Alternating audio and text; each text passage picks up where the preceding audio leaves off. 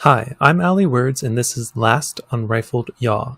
Last Unrifled Yaw is a podcast where we have conversations about video art, experimental music, avant-garde literature, performance art, and the occult. If you or someone you know would like to be on Last Unrifled Yaw, please get in touch. Today we have Cory C. Childs, who is a prolific occultist doing so many things that we didn't really get to talk about. We really just spoke about their Orphic project of building like an Orphic culture from these texts that Cory found. You'll have to hear more about it in the episode. And then there's a lot of other stuff we didn't even get to.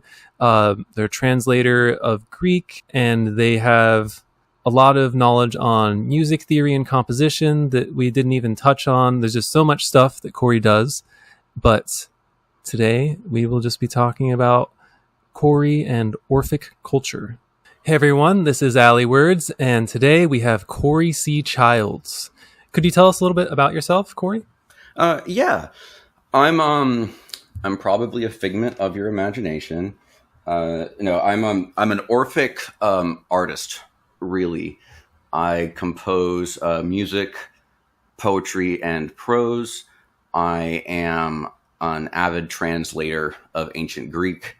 Though I'm getting into hieroglyphics and a little bit of cuneiform as well. I like making cultural systems and starting shit with people who are too comfortable, I suppose. I love that. Could you explain a little bit more what you mean by being an Orphic? It's that's like a can of worms where all the worms inside are actually cans with their own worms. So as above, so below. Right? That's worms all the way down, buddy. Okay, so to be an Orphic is, I suppose, in my definition, to be aware of a mystery tradition that involves magical systems and symbols, to be a bit of an art activist, and also to be a strong promoter of community, to support those who have trouble. I guess it's like there's on the one hand, the Orphic starts stuff with people who take stuff from others, and on the other hand, they give stuff to people who don't have it and should. I'd say cool. That's the ethos, but the systems themselves, I think, are incredibly powerful, like authentic mystery school fare. I could tell you all of it right now, but I probably shouldn't, Of course, you have to leave some mystery for it to be a mystery tradition. Yeah. So, you say that both that you're developing an Orphic culture, and also, are the systems part of the culture? I think they should be. So to give some context, I guess, for the developing cultural systems, I'm really working off of somebody else's stuff, and I actually recently learned some difficult things about it. The Orphic systems I've been constructing for a while now, I had been basing them off of a text I had found. I am a journal said to be by an Isaac Preston Cory. He wrote a book called Ancient Fragments that is really good. It's got really good stuff in it. It's like if you think of like Hesiod's Theogony as like the pop music on the radio, Ancient Fragments is like the good underground stuff. It's like the good cosmology. It's got the Chaldean oracles. It's got some like the end of Damascus's problems and solutions to first principles. He has like a big expose on a bunch of Orphic and other theogonical systems. It's good stuff. But the thing I had said, he talked about some old Orphic initiate named Codiphanes the Chaldean. So I've been really excited about those two for a while. I did just discover that this journal I had is a forgery. It it sorry, it's not a pleasant topic. I How did you discover that it's a forgery? There's a lot of feelings around it. So this book, I've had it for a long time. It was about 13 years ago. I was in a bad place. I had stayed up entirely too long. I had a suicide hotline hang up on me, I guess, if that's any context. But I after that happened, I decided to march to the local theological seminary. It's one I used to haunt their parking lot at night because it was kind of an out of the way place. I lived with roommates, so I couldn't be loud. So I would go there to like sing and like just teach myself Greek and stuff. And there's this huge library there. Like all of the walls were windows, so I could see inside all these like ancient looking books. But yeah, this fateful day when I had been awake for way too long, I was going to go there to pick a fight with a priest. And I saw someone walk into the library and I was like, the doors are unlocked. And I went in there and I did the thing I'd been doing, which was kind of, I called them muses then, but like just, I think I would call it something closer to a Nanke now. Following something that's guiding or pushing, whether you want to say it's drawing you or pushing you from behind. I went to where I felt like I should, which was an aisle. I went straight to a book in that aisle and saw Cory's Ancient Fragments, which wrecked me. I mean, my name's Cory. Like I saw my name on the thing. And behind that book, I found a beaten up journal that I stole. Now, it's the handwriting in it is terrible. It's awful cursive. The Greek in it is rough. And when I tried to look at it then, my life was falling apart, and it was, I think I was looking for an escape that was maybe a little easier. So that got put way back in the closet. I've had access recently, I guess in the past year and a half or so, to healthcare, which has been wonderful, including therapy. But I've been getting back into kind of, I guess, unpacking, both literally and figuratively, all the stuff that happened to me when my life kind of fell apart for 12 years. So I started going through this book again because now, it's still like a trauma object. I think that's something I've been thinking a lot about for artists in general, is just artists who push themselves hard. Like if we make a poor relationship with the process, or even the products can become hateful, can become traumatic, like just bearers of discomfort and avoidance. But anyway, I started going through this journal. There's a lot of stuff about the Orphic order, I suppose. I started doing a bunch of research on Isaac Cory. There is in Pennsylvania, there's like a Cory family historical society. I found some essay that a David A. Cory had written about some great book that a different branch of the Cory family. I'm not in the Cory family. That's just my first name. That's their surname. But I was feeling kind of guilty about having this thing, but also kind of excited. I thought I had something special. So I reached out. A few months ago to David, who was very excited, and he's been looking at the book. And it was almost a week ago that I have been told that it is a forgery. Isaac Cory died in 1842, and this apparently could not have been created before the 1920s or so.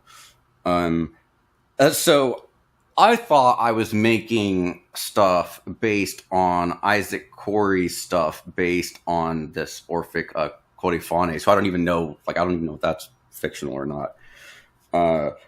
And that was really rough for a minute, but I think now I'm just going to try to make stuff of it, I suppose. But yeah, there are systems in it. It's really well laid out, actually. Like I don't know what should I call this person who wrote this fake journal. Like I don't know if I should call him pseudo Cory or just like some asshole. What's the title of the book? It's just his journals. It's 180 pages or so of just like handwritten leather-bound journal. Just like something someone would have for like private use. I would be inclined to call them the blank author or something like that, but I don't know. I guess did the so there's the Cory Family Society, right? Yeah. Did maybe they could tell you, do you know what region it was forged in? I feel like they might have some information that could give you like a do they? I don't know. No, I hear you. Honestly, I haven't even gotten back to the guy yet. He said he wanted to hold on to it for a little longer because he wants to do it like they do like news articles and stuff. He wants to share this with the family. I found it in PA, and the Great Book and the family and such. They're situated in PA. They're actually an hour and a half away from me. And the Great Book that somebody wrote there, it was just like their thing was like 7 Christian treaties. That is kept somewhere close by in a little wooden box they made, and the wooden box on the top says Cory, but it's like in wood, like inlaid wood, and it used 4 types of wood. They used a type of wood that was specific to like that grew where like different Cory families were at. So like the wood is representative of multiple families. It's a box that has my first name on it, and inside is a crazy old book where someone signed like John Cory like 3 times and then tried to say that was like 3 different like ancient authentic signatures. They're bastards. Like they Oh, you know what it is? What's that? It was a summoning ritual for you. Like when you say Beetlejuice's name 3 times, they did it. It's just it took a long time to manifest, and you're the spirit they've conjured. That's fair.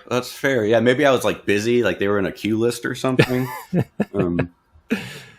So you said there's something called Choreutics? Choreutics? I don't even know what that is. Chorephonics? Chorephonics is a person.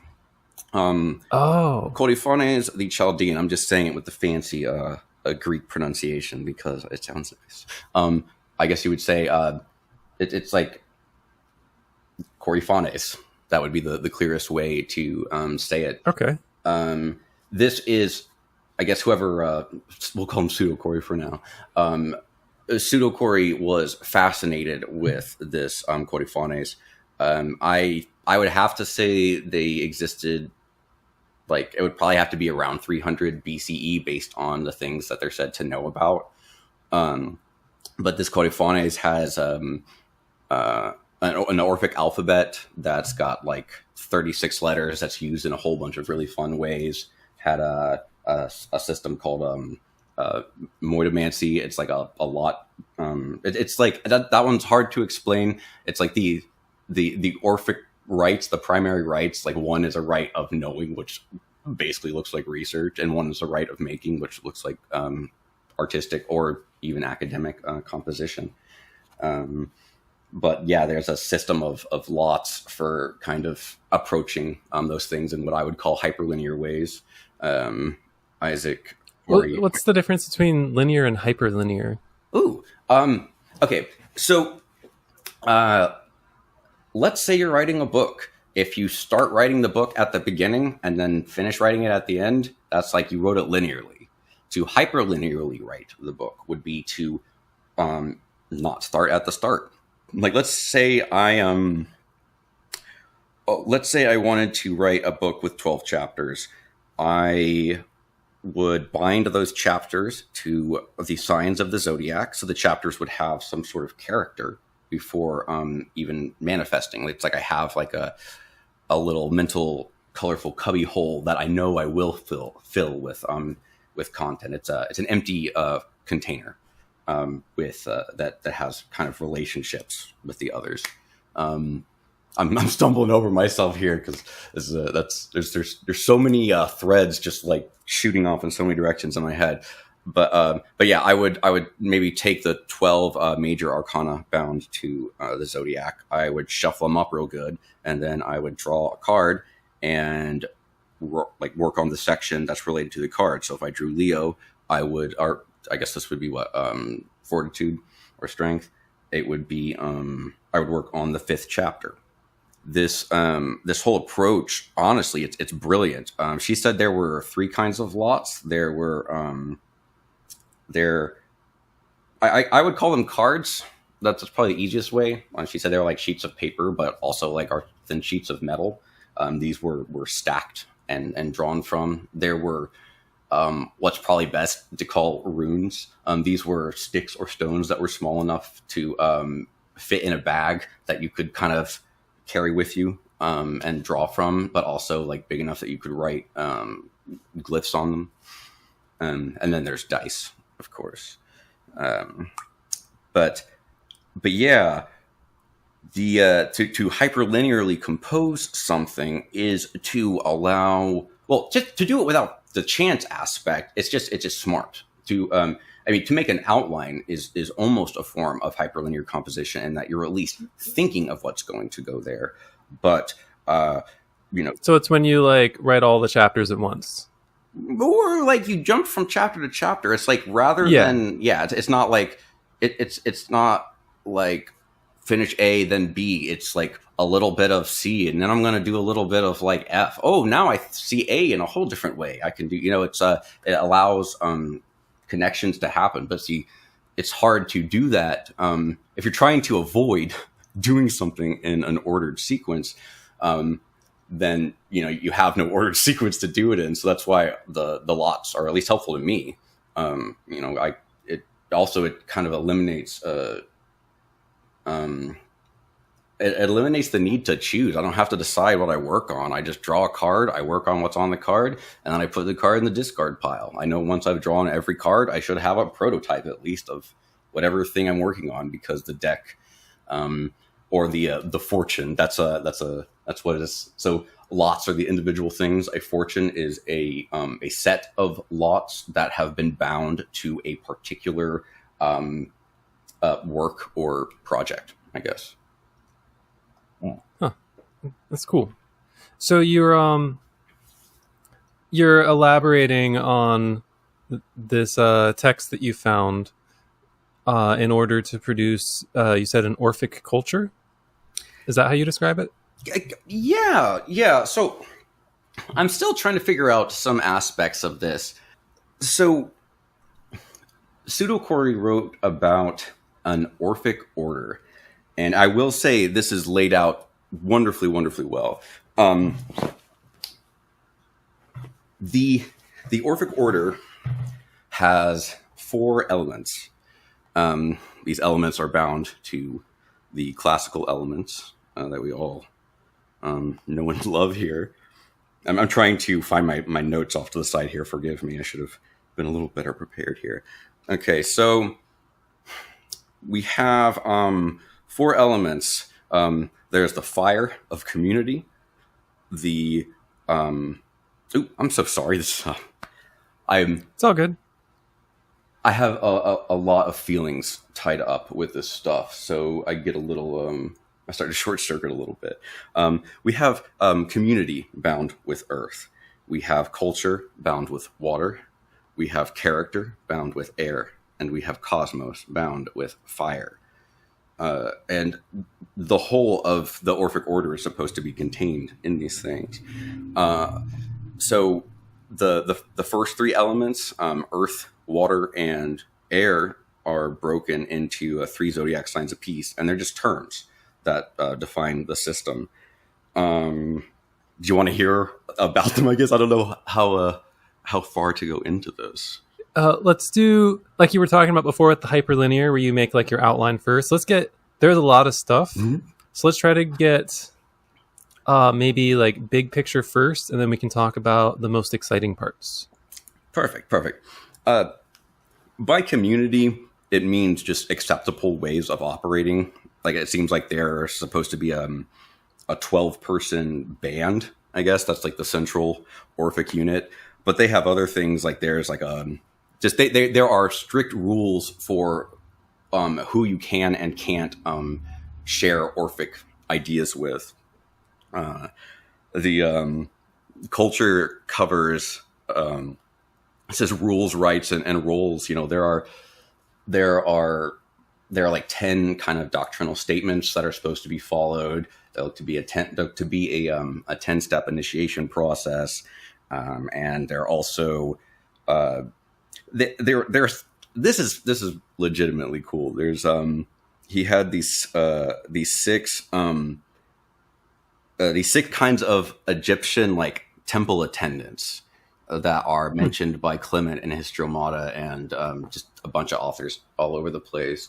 But he's almost they're almost like D&D classes. I don't know how to say it. Like they're like it's the easiest way I can describe these roles are like they're RPG job classes for doing esoteric stuff. That's cool. I do enjoy that. The character, the stuff aligned with air, this I don't get at all yet. Actually, if you'd be interested in hearing about it, well, I love air. Yeah, I would be. Okay, because after air, the fire part, the cosmos, I guess that's probably the biggest section. That's got the most stuff. That's where you get to the 42 hermetic Orphica, which are ridiculous mind fucking themselves. That's in fire, you said? Yeah. Okay. Cosmos. You see how all of the 4 parts all start with C? Like, it's just what is I didn't notice that at first. Okay, that's cool. So you said something about air is mysterious. Let's say okay. So the word bound with air is character. Okay, so it's got 3 parts associated with zodiac signs, and all I have here. Okay, so he wrote the archaic, which is bound to Libra. Next to it, we have child, moon, 600 to 300 BC. Then the next thing we have is the academic of Aquarius. Next to that is adolescent, rising, 700 to 1900 AD, or CE for, like history snobs. And then the last one was the artistic of Gemini, which has adult, sun, and present. I've got a lot of theories, but I'm confused as to what would that strike you as? What would you think is supposed to be happening there? Okay, so the first thing is when you said character, my brain started going off on puns. So it could refer to the character of a person, but given that it's air, it could also refer to like, this is a character, like a symbol, like letters and stuff.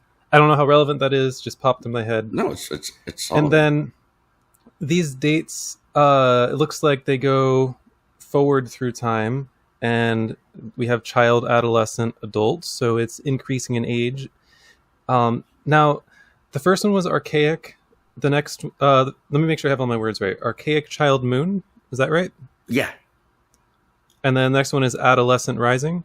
With an academic is the academic. Yeah. What order were the words? Adolescent, academic rising? Oh, okay, so the archaic is defined as child moon 600 to 300 BC. So think of archaic as like a term defined. Oh, okay. So it's like archaic and then a colon. Yes. Archaic is okay, and then academic is adolescent rising 700 to 900, and then or 1900 is AD. Oh, I'm sorry. It's all good. 700 to 1900. Yeah, it's a pretty big window. AD. It is okay. And then adult is sun, and then I guess that would be 1900 to present. Well, present being the time of writing. It says so. Artistic is adult, sun, and present. And the fact that it has 1900 here, I was artistic. Yeah, artistic. Sorry.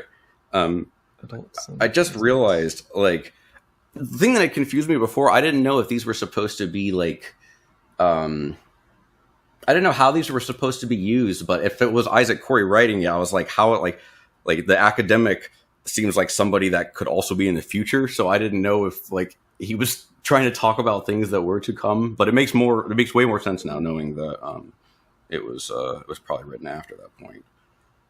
To me, it sounds like he's talking about eons, right? Like aeons. Like it's not the Aeon of Horus because he's not doing Thelema. Yeah. And it goes archaic, academic, artistic. Now, academic and artistic, well, they all start with A. Is there like Aleph, alpha symbolism for this writer? 3 could be a thing, like 3 A's, triple A could have a meaning if it's like an acronym, Notaricon. And then it goes moon, rising, sun. Those are zodiac placements. Okay. Oh, okay. I was imagining the 2 planets, and rising wasn't a planet, so it threw me off. Okay. Yeah, it just for me, that's like what they call that the big 3, right? Yes, you're right. I don't really do astrology much. Okay. Huh. I feel like I would have to know more about the writer to really like try to guess what he meant by it. But to me, it sounds like aeons. And if he is like an Orphic kind of person, he probably thinks that... I wonder if he thinks that my first thought was that maybe he thinks that the artistic is like, quote unquote, the best, like what we should be striving for. But it could also be that you can't really reach what he means by the artistic before having gone through both the academic and the archaic.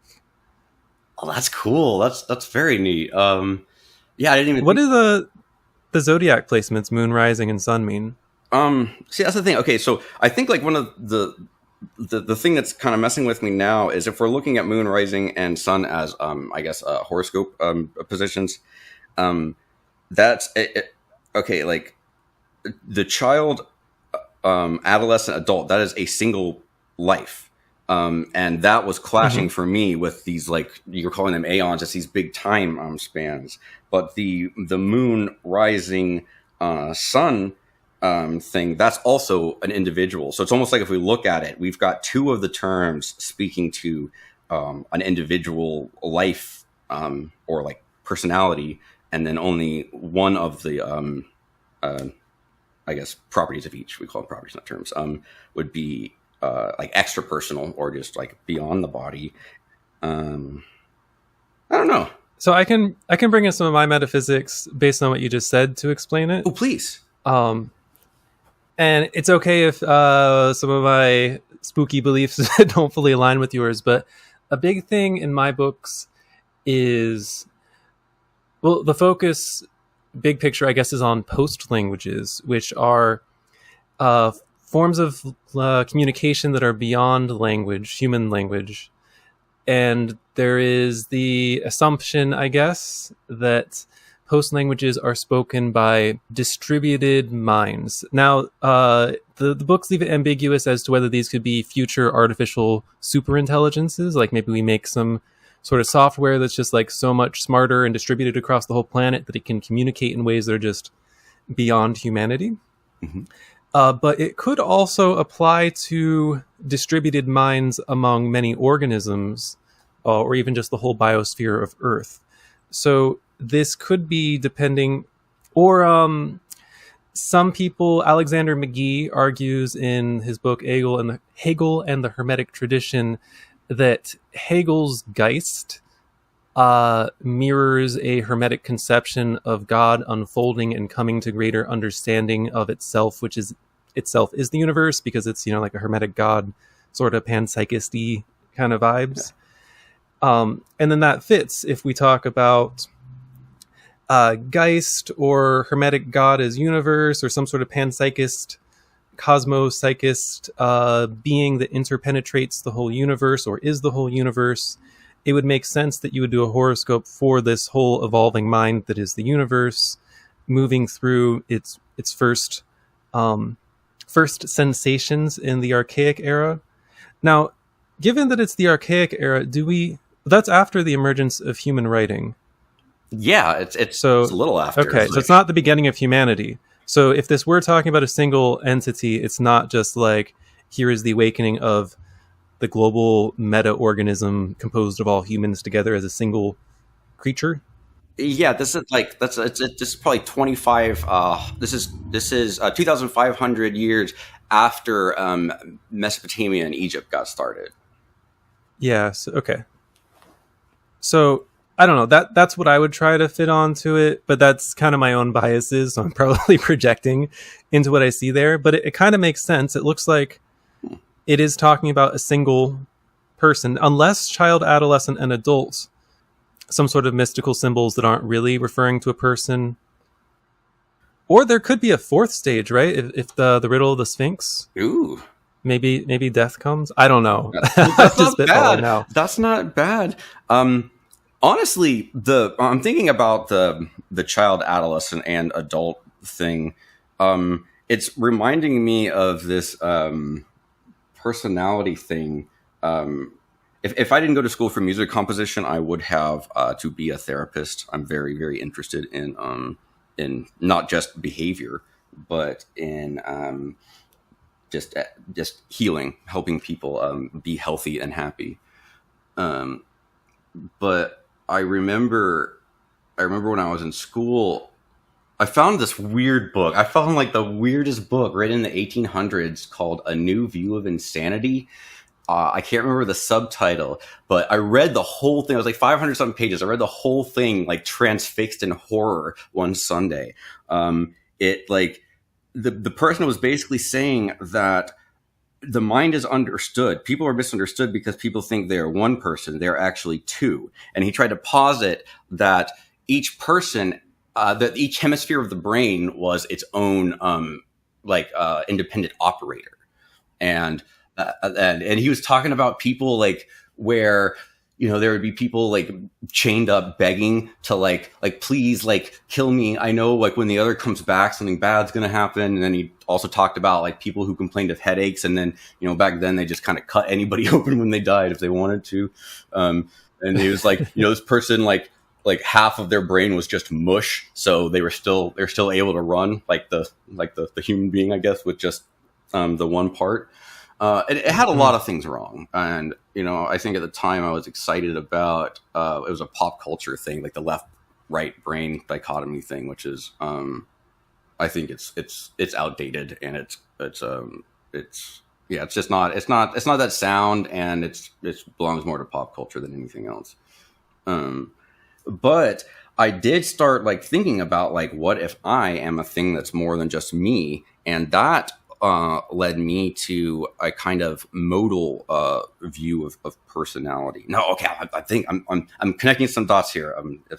Okay, so the thing I used to try to say to people was, we don't say the same words around grandma, which is absolutely true. You know, like unless your grandma is like super fucking cool or something, you know.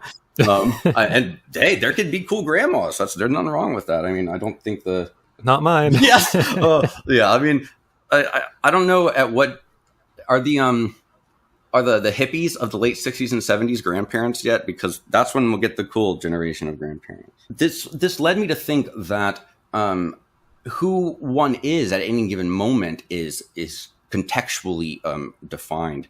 Now, okay, so let's have another example, like the habits and skill sets.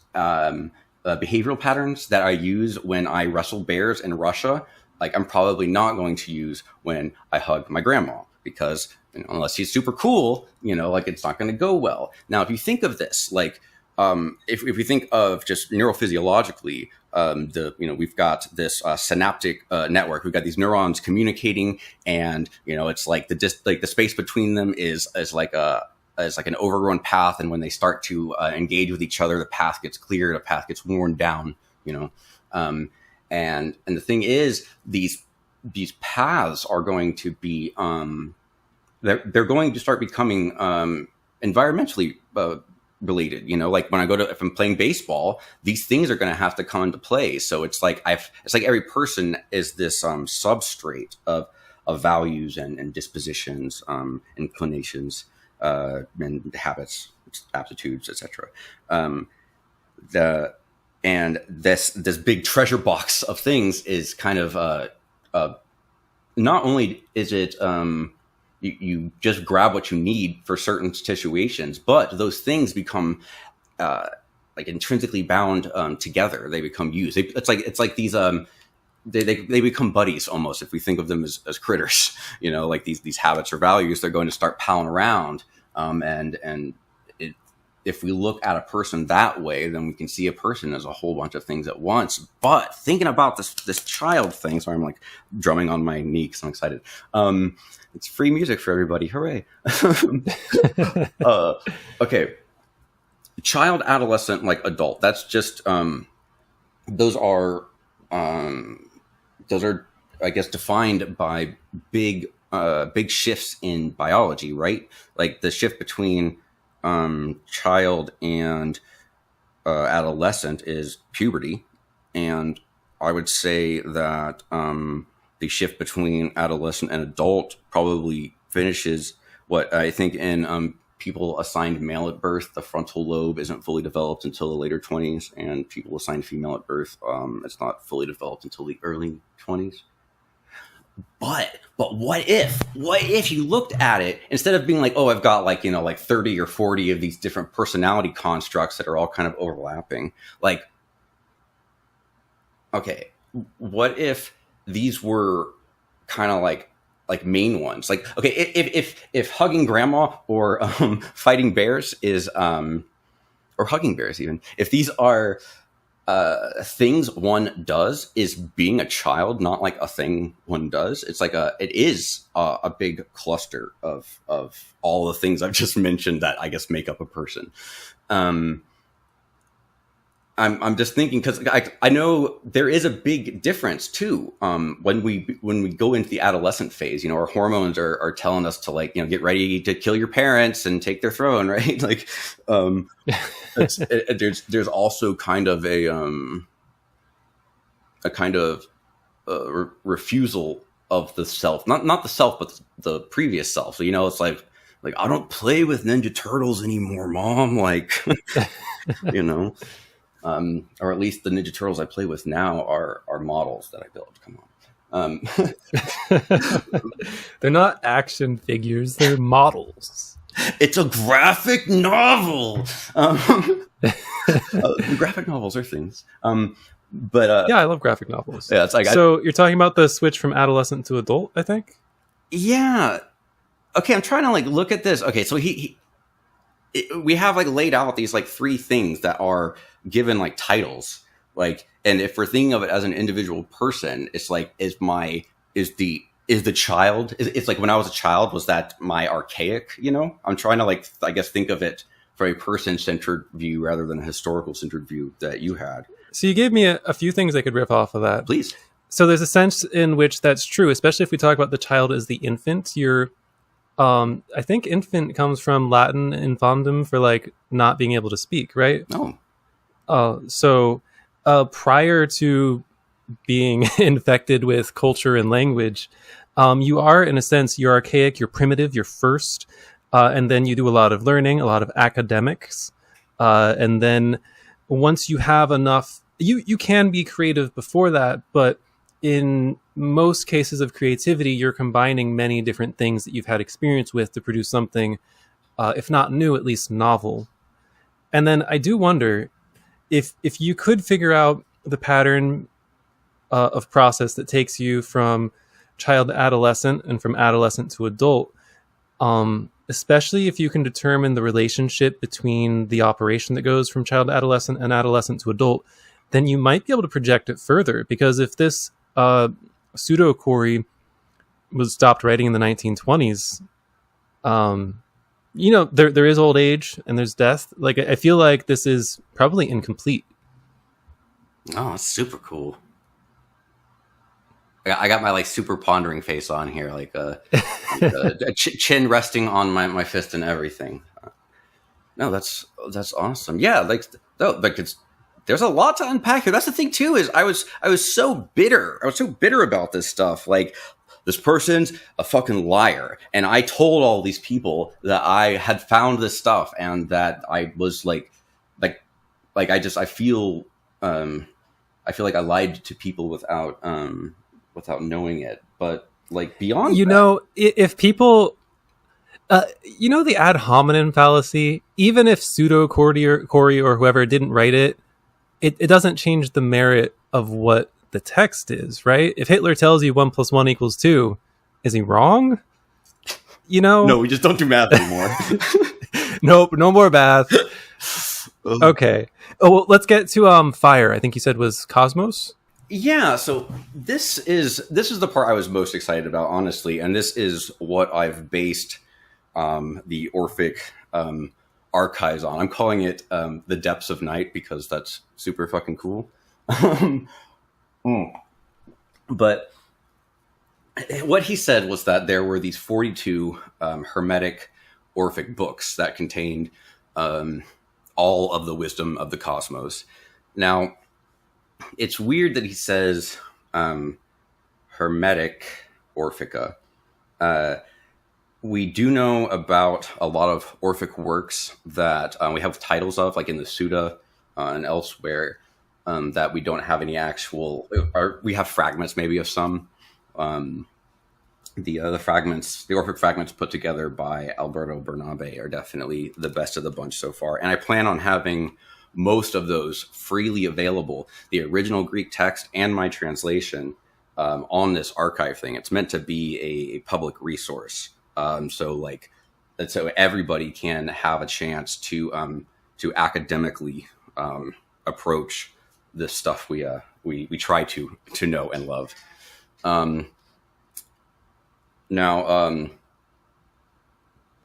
Sorry, my cats are suddenly showing their ass. Like we can just cut this out and I'll jump back into it. Okay. So Clement talks about 42 Hermetic books. He says there was a procession of 6 temple attendants. These were the singer, the astrologer, the sacred scribe, the stolist, the prophet, and the shrine bearer. And they each had a certain number of these 42 books. Like the singer has 2 books. The first one is hymns encompassing the gods and an account of the king's life. The astrologer has 4 books. The next 3 each have 10 books. And the last one has 6 books that are kind of extra medical manuals, I suppose. But in the first 36 were supposed to be contained all the wisdom of Egypt. And the subjects are interesting. Like they're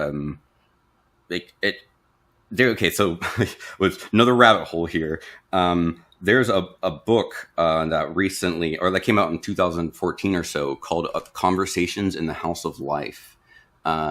This is based on a more academic text that was put out in 2005 called, I think it's just called the Book of Thoth here, or Toth, or whatever. I'll just say Thoth because people know that. This would not be Crowley's thing. This would be an actual, like, original Book of Thoth that has been just being reconstructed with fragments. That was a scribal manual. It was like it was a mythologized like workflow. Like it's like imagine if you started a job at McDonald's and they gave you like a mythological manual to tell you how to do your job. Like when they're working on passages, they're in fields with nets catching fish and birds and stuff, and they're talking about storing them as papyri in special containers. It's there's definitely a system being laid out that almost mythologically and like probably potently magically gamifies a very regular thing. Because what did the scribes have to do? They had to learn things, and then they also had to copy things, but they also had to do creative things with the things they copied. Like they would have to like write new like hymns about it, or they would a lot of the magic people, they had they had spells where they would fill in certain terms. But there was a pipeline of like know stuff and then make stuff with it, which is what I think is kind of at the heart of what this thing was supposed to be. And when he talks about the Orphica, there are actually 42 like titles that we don't have stuff for, and I haven't seen anybody beyond him say that those were alternate, like Orphic names for these Hermetic books. So the way that I guess it's laid out is that everything you need to know about doing anything Orphic is contained in these books. Not only that, but all of the knowledge of the entire cosmos. So I have tried to, I guess, finish his system, and also I am currently asking everybody. I guess by the time you air this, I won't be asking people anymore. But I'm currently asking people to weigh in and help me on this. Okay, so 42 books. Each book is bound to one of the Orphic letters, but it's also bound to a ton of other shit. It's bound to a Hermetic book. It's bound to an Orphic book. It's bound to I've bound them to phonemes. Actually, the pseudo Cory did have a really, really good idea about this way of combining characters of Cory Fanes' alphabet to try to make an alphabet that can make more sounds than normal, basically.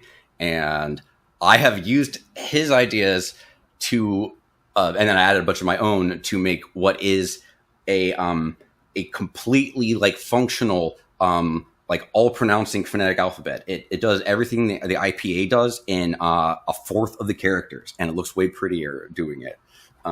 Yeah, I saw that on Facebook. Yeah, I'm very excited about that. But there are a lot of other things. So I tried to, what I've been doing recently is he said that, let me find my quote here, because it's a very specific quote, and he said it in a very specific way, because for a reason I'm sure. He said that all we know of the 42 Hermetic Orphica is that which was made of them by the initiates of Orpheus. And my unpacking that I wrote, I guess my analysis was, all we know shows that the whole of knowledge is contained in the sacred books.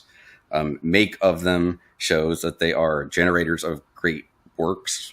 And by the Orphic initiates shows that the books that generate the opus of the initiate are written by them in doing so. What I mean here is, okay, like he said that like we never had copies of the actual 42 books. The only thing we know of them is what was written by other Orphic initiates.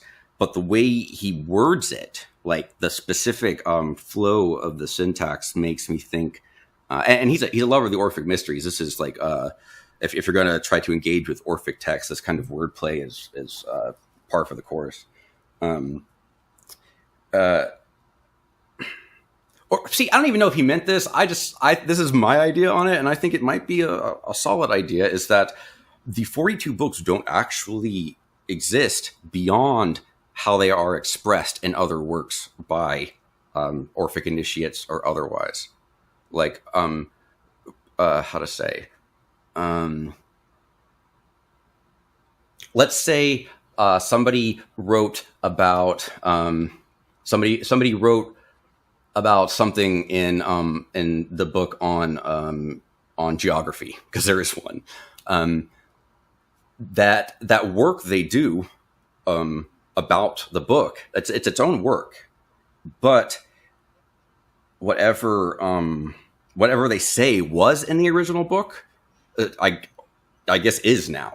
It's like there is some platonic form existing of each of these 42 books, and it's up to the Orphic initiates to craft those books by writing about them as though they already exist. That turns them... Does that make sense? Yeah. Have you heard the phrase hyperstition? No. Oh. Hyperstition is a fictional story that you tell that causes itself to become true. I think it got popularized by Nick Land when he was doing do you know who Nick Land is in like the CCRU? I don't at all. Oh. Okay. Nick Land is a controversial philosopher who more recently, after he stopped smoking meth, became very right-wing and moved to China. But while he was still smoking meth, he worked with a number of more well-respected philosophers like Mark Fisher and I think Sadie Plant. And they did this thing called the Cybernetic Cthulhu Research Unit, where they were using taking inspiration from Deleuze mostly in order to write the theory fiction horror that's like inspired by Lovecraft, but they're fictional, like Lovecraftian philosophy theory, halfway between an philosophy essay by a madman and an actual short story about the internet. Well, one of the interpretations that Nick Land says in a documentary is that the internet is basically a Lovecraftian entity. He was saying this in the 90s, that was bringing itself into existence and becoming more aware through reverse causality, like teleology type stuff. Yeah. As like a, you know how like when you put like a microphone up to the speaker and it makes like a feedback loop, that some things are self-causing in that way. They bring themselves into existence. Yeah, that's awesome. Yeah, so it sounds a little bit like the way you described one of these theories for these missing Orphic texts. It sounds a little bit hyperstitional. No, that's an awesome term too. Like that's going in the back pocket for sure. Like beyond superstition, it's hyperstition. Yeah, it's a creative act. It's a cool thing. He said that each of the books had four sections, and this is kind of what led me to think of just trying to intentionally use them in what the way we're talking about. He said there was, and it's more alliteration. There's more like there's so much fucking alliteration. It's okay. What do you have? He had there were accounts, artworks, appendices, and archives. The accounts are it's informative prose works related to any of the book's correspondences. Now, the books, I should say, they have several correspondences. Like I've given each I came up with 36 categories of, I guess, esoteric information that I hope will cover everything any of us weirdos care about. After the 36 letters? Yeah, I bound okay. Honestly, the letters are the books. Like the books are the letters. It's hard to say. But there are 36 letters in 42 books. So do some of the letters get more than one book, or? Yeah. Oops. Okay. So there are 36. There are 24 primary letters. The 24 primary letters are the upper and lowercase versions of the standard ancient Greek alphabet, or just the Greek alphabet. There are 12 secondary letters that seem to be a mix of Coptic and some archaic Greek characters. And they both have capital lower versions. Now they do, at least. I mean, Cory talked about them that way. And then there are 6 alternate finals. So I don't know if you mess with Greek much. Do you at all? Not really. It's all good. So they're like an alternate character for like the end of a word? Oh, Hebrew does it too. Hebrew has a ton of alternates, but I think they use them for different words. But yeah, so like sigma, it's a lowercase sigma is just like a little circle with like a little like head pointing out. But when it's a final, it has a long like swoopy tail. It's like the circle like kind of uncoils. Oh, okay, yeah.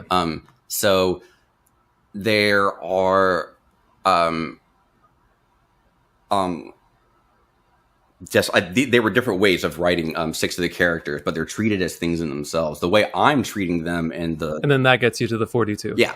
And also with the original Hermetica, like 36 books contain the wisdom of the world, and then there are these like 6 extra. Like with the 42 sets that I see all over the place, there seems to be a 36 against the 6. Whether they're part of some different sets or perhaps even like the 6 of like that, those 6 somehow contain the other 36. I mean, that's there are 6 rolls that contain all 42 of the books, though. But yeah, now I'm getting confused with the math. But So I do have to ask, was Douglas Adams in on it? oh, he just picked a good number. It's just a good number. It's the 36 is handy, and then having the 6 like around it, like the being able to use these weird characters as how to say like non-phonetic meaning. Like I know in cuneiform, Ancient Egyptian has that with the determinatives, right? yeah, exactly, the exact same thing. So just being able to use those for things like that, but also the 6 extra books. I guess other than the 36, like the list that he gave us, the names are dumb. I don't know what's supposed to be in them, but it comes out to something like about like doors and like ears and shit. It looks more like he made a puzzle or something with them. But the other 36 doors and gears, ears. It's probably Ears. a reference to an Orphic idiom. they both let things in. Well, it says a lot of Orphic things start with "shut the doors of your ears, ye profuse." Oh, okay. That's cool. Yeah, there's a lot of fun stuff that I found with that phrase, but yeah, it's probably playing with something. I don't know what that stuff is. So in this Orphic archives thing I have, okay, so I'm calling it an astral archive. We need databases. We all work with lots of information. We all have, I'm sure you have some sort of complicated information like management system to deal with all the stuff you do, especially with your language materials. There's got to be a lot of like systematic construction. It's not that bad. Everything's just numbered. But yeah. Okay, how to say here? I got excited and then lost my train of thought. Forgive me. That's okay. So you need a database for your astral archives? Yes. Okay. So, I imagine this as like a place. Like, imagine floating in the void of space, a giant mountain ringed island. This island has a central location, and then it has locations at each of the cardinal points. So the central location, and spreading throughout the whole in this like mountain ringed plateau, is the field of turquoise. It is tall turquoise grass. There is a crossroads at the middle that connects to these 4 other places. And since I don't know what the fuck to make of the last 6 books, I have placed a treasure chest in the field of turquoise that has those 6 books, but the treasure chest is locked. So once maybe I'll like kind of dramatically unlock it once I can figure out whatever those are supposed to be. I actually went into this determined to try to get you to talk as much as I do because I was excited about learning about you, and then I just went off. You're a very good guy. No, that's good. That's good. Thank you. Okay. I would actually I would love to know more about your language systems and just your language in general. I've done a bit of conlanging myself back in the day. All right. So Vibebach it's a magical polysynthetic logosyllabic language that can be spoken through all forms of activity. It's in the 5th book of my series of Buto Technomancy books, which currently there are like 9.5 that are out. The half is a book I wrote on the mystical use of 8-dimensional chess that is like supplemental material to the 3rd book in the series. So And go ahead. no, sorry, I just said that's so cool. I'm just like everything you're saying is just like the words are just like shining like they're gold. It's very cool stuff. I describe it as a universal grammar for ontopoetics rather than just being like a language unto itself, because it's based off of theories that were developed in conjunction with AI in the first 3 books, which were the first 3 occult books to use artificial intelligence. And it's meant to be usable by humans, but closer to the way artificial intelligence described post languages as working in those first 3 books. So, because we're only humans, we can only talk about things that can fit in human brains. So the grammar works roughly the way I would expect a post language to, a certain type of post language. This is like a family of post languages. But the root words are all defined by whoever wants to use them. And I've created a system of root words based off of a process metaphysics, where right now there are 123 root words that are all based off of an urban or suburban environment. So like vibebach, vibe is the first syllable. Vi comes from the word vine, which refers to combining multiple sources of emotion in order to produce growth. And then the suffix b, making the syllable vibe. B is the first suffix. It makes something into just like a standard verb. It refers to game. So like vibe means that this language is combining multiple sources of emotion, emotional energy, so to speak, to produce growth. And then bach. Ba comes from bottle, which is my elemental tool of water, water representing emotion, vines drinking water. And then the suffix k is the second suffix, and it refers to metagame, which is it's in human terms, it's desire, but it's like your intended outcomes. Like, what are the reasons that you're doing your game? What are you trying to optimize for? So vibebach in full is vibebach raid-reg. Ray is air.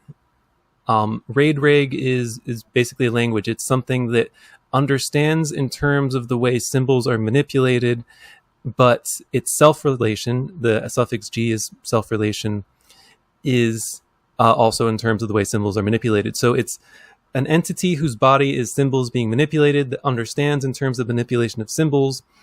It desires or aims to take on the emotional essence of others. That's the bottle part. And it does so by combining multiple sources of emotion. That's the vine, to produce growth. But because it's just a grammar, all those suffixes you can use with any root words. So the books include guides to using tarot or the zodiac or the Elder Futhark. I didn't write a guide for I Ching. Yeah, it's an open source grammar for producing magical languages that can be equally spoken through glyphs, through musical composition, dance. I have postures that you can use. There's an ecstatic meditation visualization thing where like each suffix gets a different part of the body. I've designed it so it's as compatible as I can with standard Western mystery tradition Hermeticism. So like the left arm refers to reception and the right arm is projection. So like you can visualize vines in your left arm. That would be vipe, where you could visualize vines in your right arm, and that would be vire.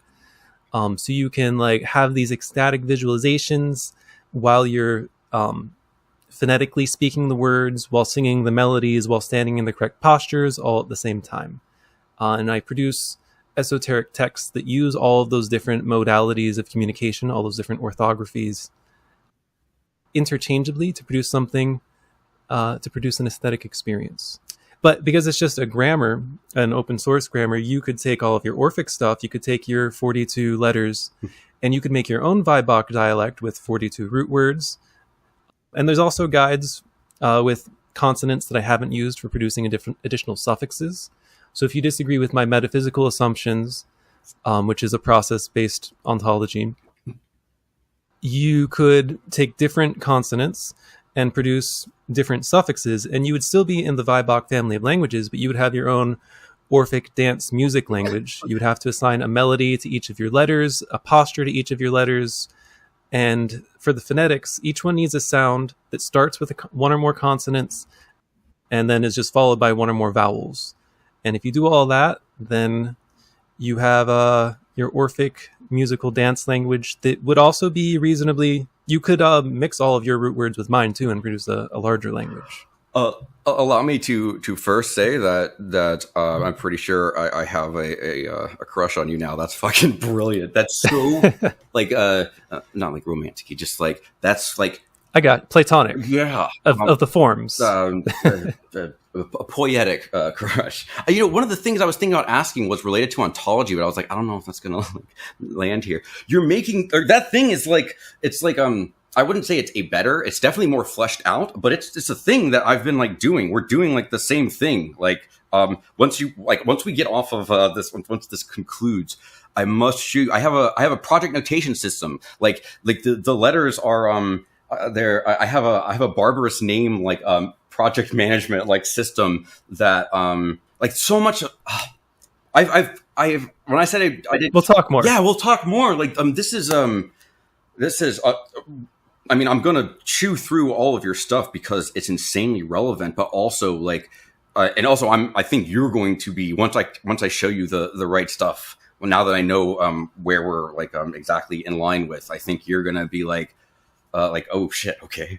But beyond that, like you were just talking about like incorporating this stuff. Like I've ontologized art. I made an art ontology using the muses. Like you were talking about dance. That's for Terpsichore. I have 2D art with Thalia. I have informative prose with Cleo. Narrative prose with Calliope. Dance with Terpsichore.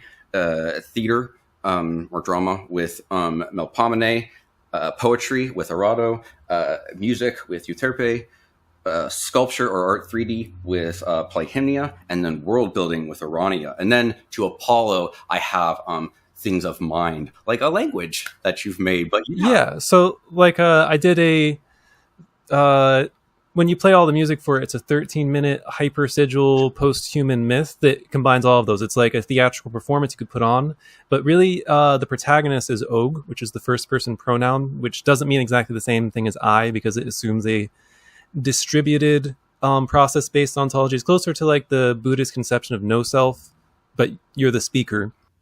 Going through interacting with these entities that are like personifications of the different root words that I use in my suburban system in order to manifest your desired object at the end of the ritual. So you can watch a YouTube video of it that shows each page written entirely in the glyphs with the different postures of the words. And then also sometimes the glyphs get used as art, but then because they also have their semantic meanings, and they always imply, part of what makes it a magical language is that you can't translate Vibok because each root word refers to the states of consciousness associated with the rituals or the invocations of those root words. So even if you say something like you just described a landscape, if you're using root words, then you are indirectly implying you're calling to all these different states of consciousness that a fluent Vibok speaker would have done the rituals for. And that's the idea. And then there are ways to integrate it with future modes of artificial intelligence mediated communication that I am really excited for. But I think that's a good high note to end the episode on. Absolutely. Is there anything that you'd like to plug? Anyone you want to shout out? Anything you want to shout out? I think at the moment I just want to plug the Orphic archives thing, this depths of night. It should be populated with texts and resources by the time this comes out, and it's all going to be free. I'm not doing this to like to sell anything. I just want people to have access and to be able to do what they want to do. As far as shout outs are concerned, I suppose if anyone's been listening this long, they deserve a little treat. There's one person in my Orphic band, the Libra, that has made the AI art that you can see on some of the pages of the archive, and I also worked very closely with the Aries, a very, very good friend of mine. But yeah, I'm sure people will be hearing about all those folks soon enough. Yeah, thank you. It's been great having you on the show, Cory. Thank you so much.